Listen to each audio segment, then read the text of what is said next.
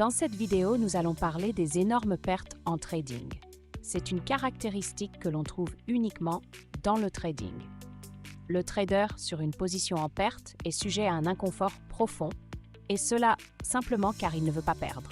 Alors, pour ne pas perdre, dénué de toute logique et seulement fondé sur un espoir, il va garder sa position ouverte jusqu'à ce qu'il comprenne qu'il n'y a rien à sauver et qu'il faut couper. À ce moment, il encaissera une lourde perte qu'il aurait pu s'épargner.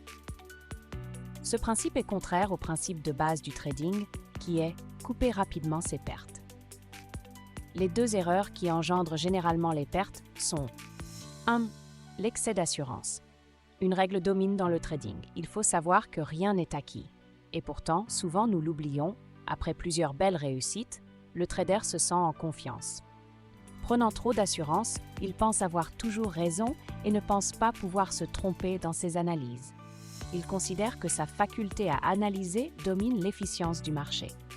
Évidemment, il se trompe, mais la conséquence de cette arrogance, c'est qu'il va être amené à augmenter son exposition et donc son risque, car il gagne toujours.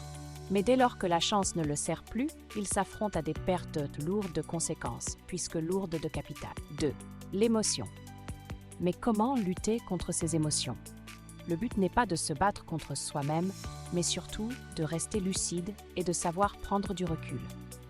Malgré l'envie de réussir, la faculté à dissocier le côté émotionnel du côté opérationnel vient avec l'expérience et le temps. L'utilisation brutale d'un plan de trading est vraiment une expérience très valorisante, car elle force, malgré les émotions aux traders, à respecter des règles inscrites.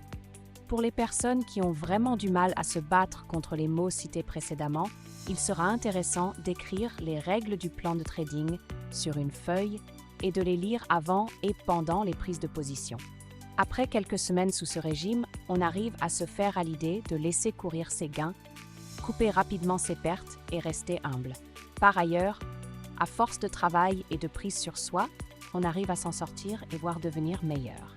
N'oubliez pas de vous abonner et partager le lien YouTube. Merci et à bientôt.